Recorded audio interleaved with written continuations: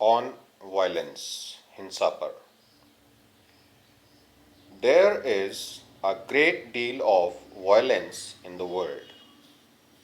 संसार में बहुत ही ज़्यादा हिंसा है। There is physical violence and also inward violence.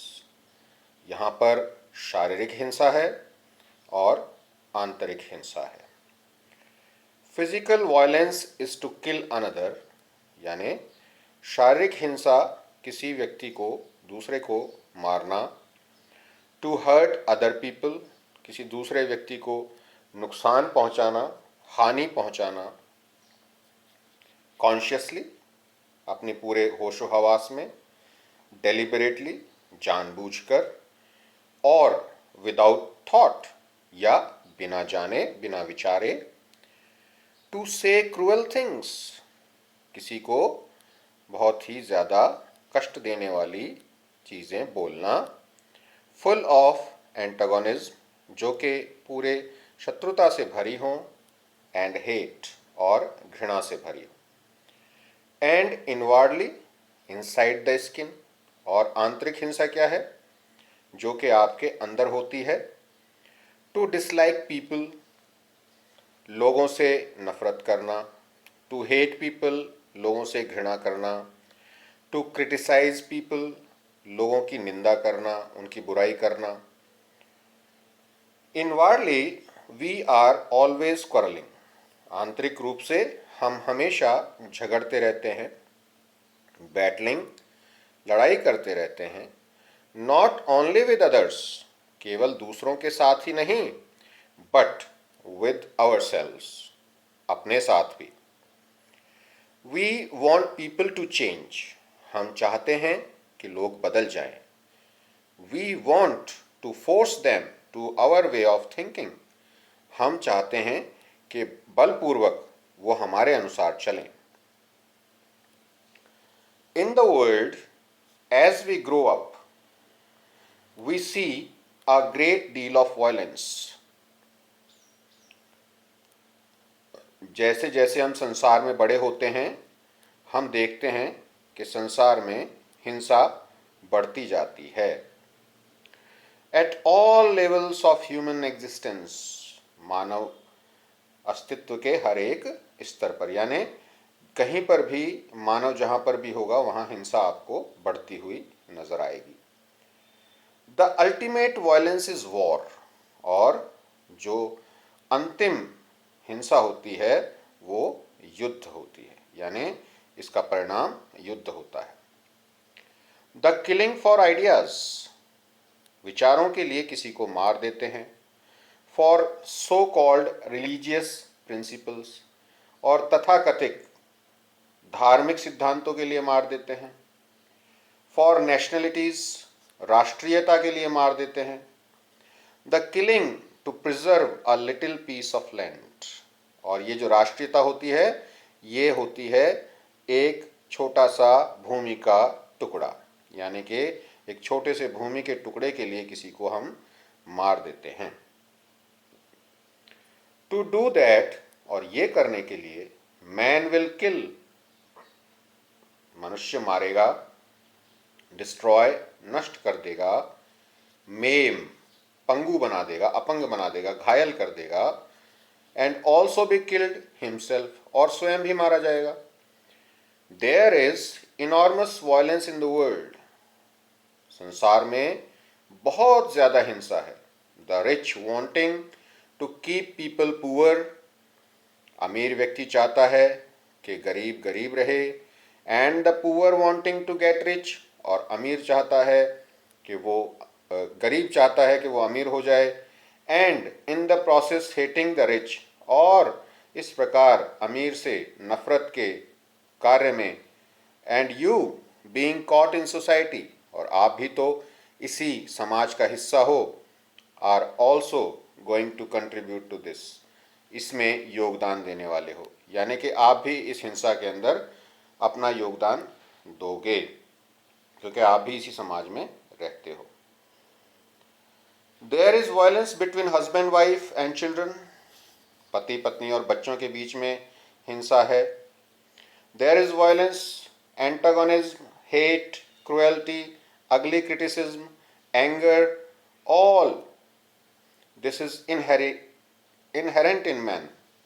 और यहाँ पर हिंसा, शत्रुता, घृणा, क्रूरता और भद्दी आलोचना, गुस्सा, ये सभी मनुष्य के अंदर जन्मजात हैं। Inherent in each human being, यानी जन्म से ही मनुष्य के अंदर होती हैं। It is inherent in you, और ये आपके अंदर भी हैं। And education is suppose to help you to go beyond all that, और शिक्षा आपकी इन सब से परे जाने में मदद करती है। Not merely to pass an examination and get a job, केवल एक परीक्षा पास कर लेना या कोई कार्य प्राप्त कर लेना, कोई नौकरी कर लेना, इस शिक्षा का उद्देश्य नहीं है। You have to be educated so that you become a really beautiful, healthy, sane, rational human being. आपको शिक्षा प्राप्त करनी चाहिए ताकि आप वास्तव में सुंदर, स्वस्थ, बुद्धिमान और तार्किक व्यक्ति बन सकें। नॉट अ ब्रूटल मैन, ना कि कोई अत्याचारी मनुष्य, with a very clever brain, जिसके पास एक बहुत ही चतुर बुद्धि हो। हु कैन आर्ग्यू, जो कि वाद विवाद कर सके, तर्क कर सके, एंड डिफेंड हिज ब्रूटलिटी, और अपनी पाशविकता का समर्थन कर सके। You are going to face all this violence as you grow up, आप जैसे जैसे बड़े होंगे आपको इस सारी हिंसा का सामना करना होगा।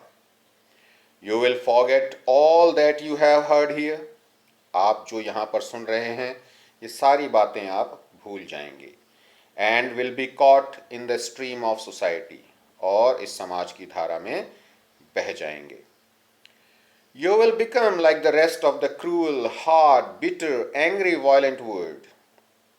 आप भी बाकी संसार की तरह से ही हो जाएंगे, अत्याचारी, सख्त, कटु, गुस्से वाले, हिंसक संसार जैसे।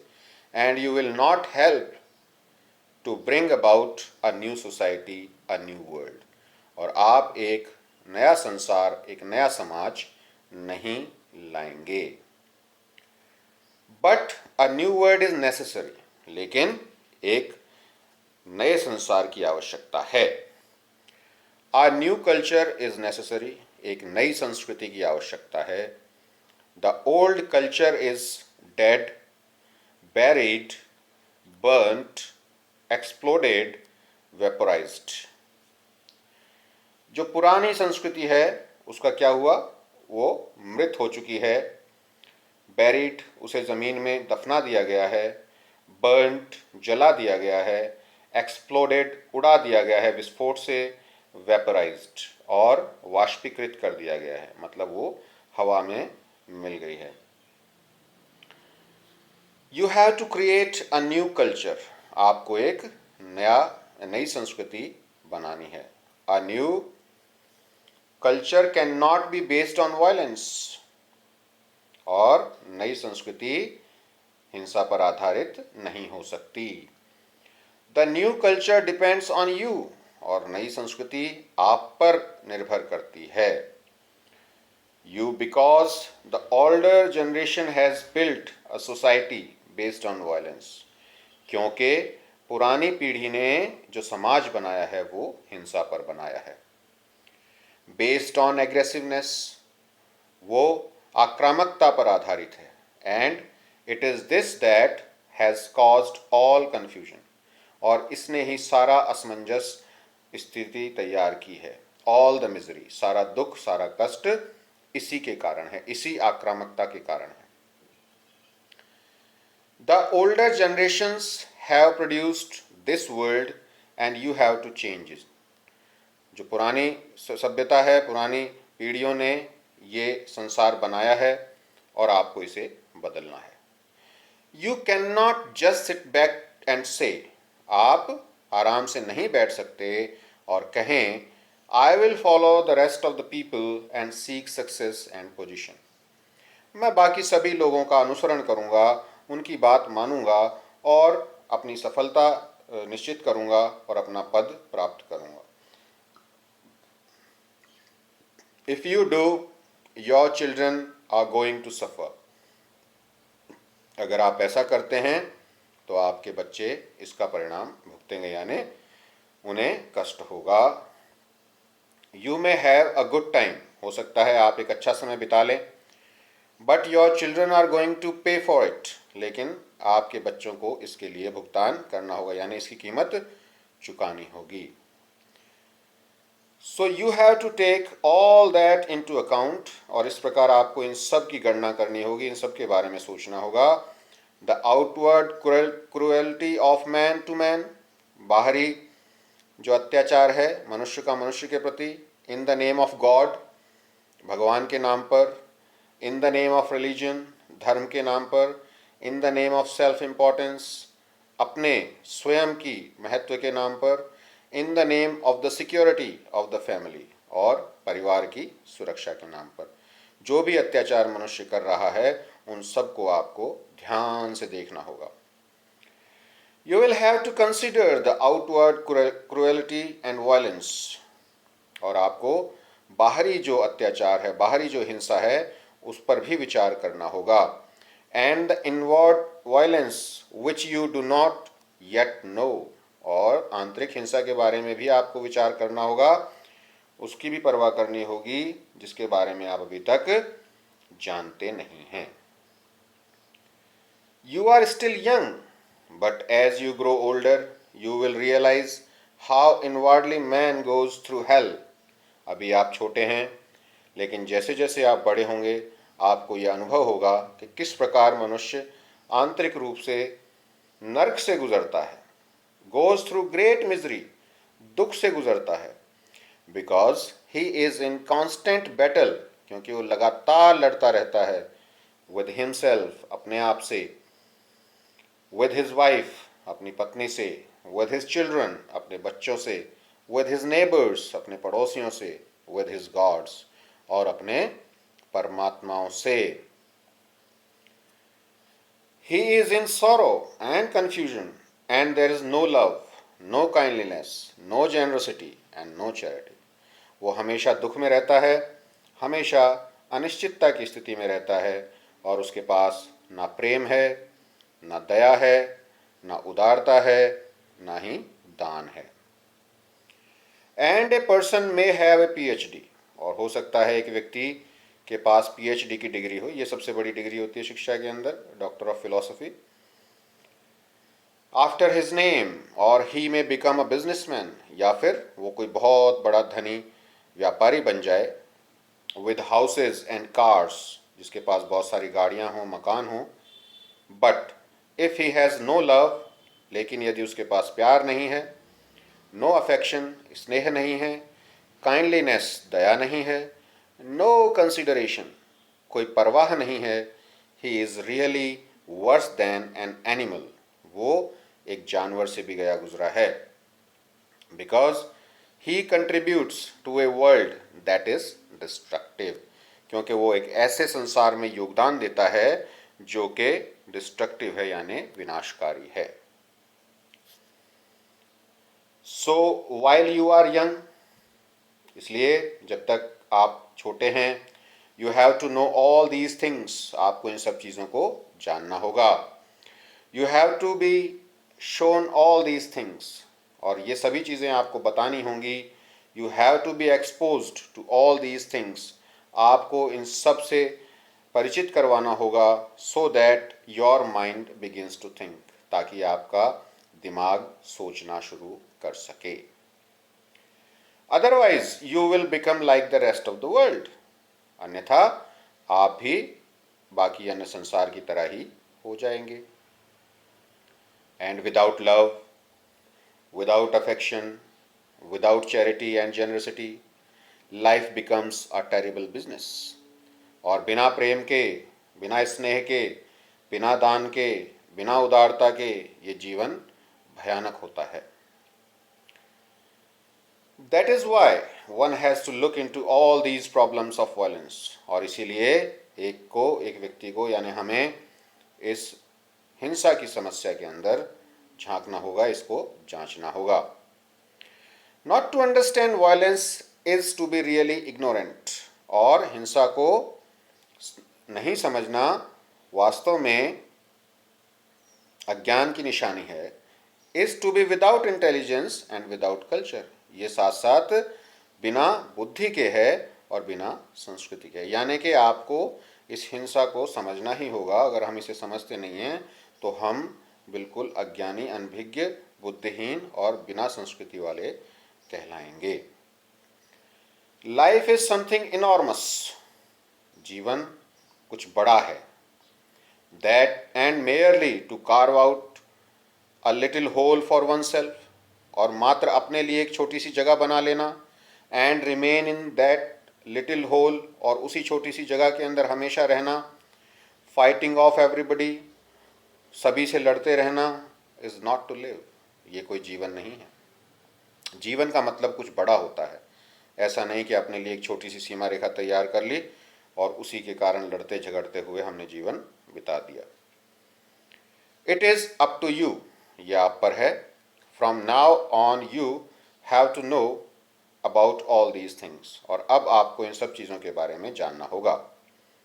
You have to choose deliberately to go the way of violence और to stand up against society, कि आप जानबूझ करके इस बात का चुनाव करेंगे कि आप इस हिंसा के रास्ते पर चलें या इस समाज के प्रति विरुद्ध खड़े हो जाएं, यानी हिंसा के विरुद्ध खड़े हो जाएं। B free, live happily, joyously, without any antagonism, without any hate. बिल्कुल स्वतंत्र रहें, जीवन को खुशी से बिताएं, आनंद से बिताएं, बिना किसी शत्रुता, बिना किसी दुश्मनी के बिताएं, बिना किसी घृणा के बिताएं, नफरत के बिताएं। Then life becomes something quite different, और उसके बाद ये जीवन कुछ अलग ही होगा। Then life has a meaning, तब इस जीवन का कुछ अर्थ होगा। Is full of joy and clarity, इसके अंदर आनंद होगा और स्पष्टता होगी। When you woke up this morning, जब आप आज सुबह उठे, did you look out of the window? क्या आपने खिड़की से बाहर देखा? You would have seen those hills become saffron. आपने देखा होगा कि वो पहाड़ियाँ किस प्रकार केसरिया रंग की हो गई।